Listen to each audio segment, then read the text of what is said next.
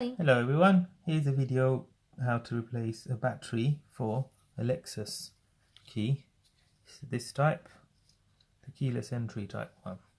So all you do, go there, slide this down, and then this manual key comes out. And then what you have to do, there's a little slot here, and you see there, I don't know if you can see, but literally there's a slot there. You go like that and it pops open. Voila. So all we do, take it back to the, prise it apart like so, and there's your battery. The battery in this instance is a CR1632, and I've got the replacement here. Got this from Amazon, 5 of them for £1.30, including 10p for postage. Don't ask me about that.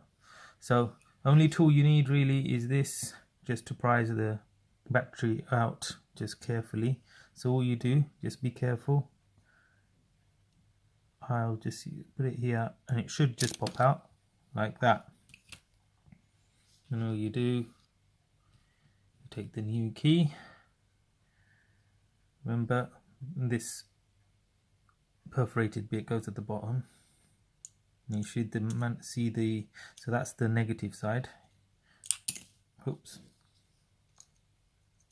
Plunk it in like so. Then it's the reverse of how you opened it. Put this back in. Make sure it all clicks. All clicking. Put this back in here. That should click. Then we check if it's working. There should be a red light here. Oh look, there's red lights. There you go everyone.